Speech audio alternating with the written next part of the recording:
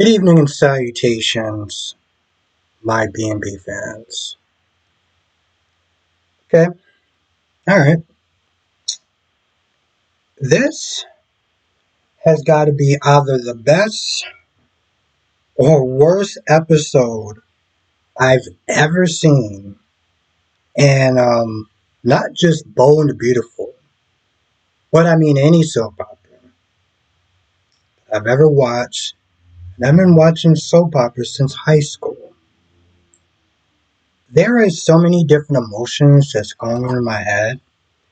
And it ranges from being completely dumbfounded to me laughing my ass off. I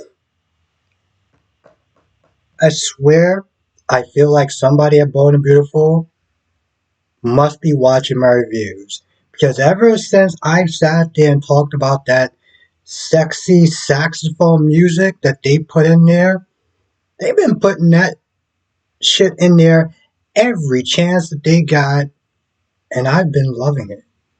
Okay? I've been laughing my ass off because it's so over the top. And it's just like, okay, it's not just they're just kissing or they're about to go there or whatever. And they can choose to play any type of music that they want. Okay? They go for the most over the top 90s vibe possible. And I am here for it. There's some stuff I'm not here for. Let's talk about Brooke Logan, aka this blonde headed, self centered moron. Before anyone sits there and says that I'm talking about hair color, blondes can be a lot of fun. That is all I'm going to sit there and say. So we're not talking about all the blondes just in case anyone gets in their feelings. I'm talking about this blonde headed bobblehead. Okay? This is what I'm talking about. The thing is, when she is whining and complaining to Ridge about hope and everything, she's not giving any sort of explanation. She's not sitting there saying, well, it didn't happen like that. It's a misunderstanding. Okay, cool. So why don't you clear up the misunderstanding? Well, you have to trust me. You have to sit there inside with me. And I'm sitting there thinking the whole time she's doing this, I was just like, you are making Taylor the much better option at this point. You are literally pushing this man away. So when he does want to go out with Taylor, I'm going to laugh my ass off. Okay? I'm going to enjoy every single minute minute that those two are together. They're laughing, they're happy, they're kissing. And Brooke is there with that sad ass, pathetic, one teardrop on her stupid ass face. I'm going to enjoy it. I'm enjoying the living hell out of it. Because throughout this episode, she tries to make it clear, like, you have to choose me. You have to sit there and side with me. You think that he's going to sit there and side with you over $1 billion company? Are you out of your goddamn mind? This is... oh, Lord, this is just a level of stupidity. And the sad thing is, yes, there are actually women out there like that. Okay? Ridge keeps it to her straight. He's like, well, what did you want her to do? She sat there and she disrespected her marriage. Okay? And her line has been failing for a while. Well, Steffi wants her line to fail.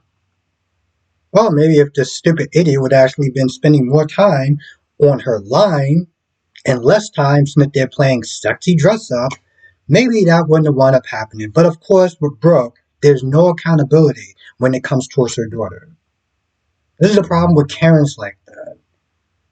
Their sons and daughters will damn near commit capital murder. And they'll find a way to sit there and act like, oh, they're just misunderstood. They're just misunderstood. And she talks about the Logans and the Forresters and how Steffi has this hatred towards them. And I'm not saying that she's wrong. But all of this does not matter at this point. And I repeat, all of this does not matter at this point. What matters is that you're idiotic bobblehead of a daughter disrespected Steffi's marriage. And you can't sit there and come up with an answer. So all you do is whine and you cry and you do all this tear-dropping BS to sit there and try to get your way. And honestly, to tell you the truth, Rich is not going to stand for it. Taylor is in town. She's a lot less easy. It's a lot more easier and more agreeable than your dumbass at this point. So when you wind up losing him, you'll blame nobody except for your damn self. Hope is not there still talking about her being fired and saying that, she was very passionate about her line, which is total BS. Because if you were really passionate, you was really about that line, you was really about that life and all the stuff that it given to the community and everything like that, you would have been sitting there working on it. Okay? How many times did you sit there and drop the ball? You had a great designer that can literally sit there and think ahead of what you wanted, and you screwed that up. That's another thing that Rich is upset with. Hope and her shitty ass choices. And because of that, his son is halfway around the world. His grandson is halfway around the world that he can't sit there and see because she drove him away. Or you think that he's supposed to sit there and be cool with you and side with your BS? Oh, Lord, no. Mm-mm. You clearly got another thing coming. Now, Carter's not there talking about, well, I won't stand for it. Okay, Carter. What is you and your pretend powers actually going to sit there and do to remedy the situation? Carter's smart in the sense that he's learned from other people that hope will sit there and be about you as long as you can do something for her. Okay? And what does hope needs right now? Compliments, reassurances, compliments. You're the best, you're beautiful, this, that, and the third. You give her enough compliments, she'll eat it right up. She eat it up so much, to the point, well, now she's ready to sit there and make whoopee. So, of course, they play my favorite song, sexy saxophone music, and they actually wind up going there. Now, Steffi is still whining about what wound up happening. Like, you got your way, you got what you wanted. You keep saying you had no choice. Okay, cool, you had no choice. How many times we got to sit in here, you sit there and say, well, I had to sit there and fire her line. I had to sit there and fire her. She doesn't sit there and say her line was failing anyway, which is very true. I don't give a shit how much support you supposedly give to her line. Her line is failing. This is not a charity. This is, quote unquote, a billion-dollar company. We got time to be sitting there handouts. So, then is shocked, and then they wind up making whoopee, and that's pretty much about it. The end. I feel like that's pretty much about it. I had to sit there. I was gonna sit there. Well, I may want to putting out the day's review because I already did it. But sometimes I sit there and I think to myself, how am I gonna pull off another review? Sometimes I just have rants like this that I just don't think is possible.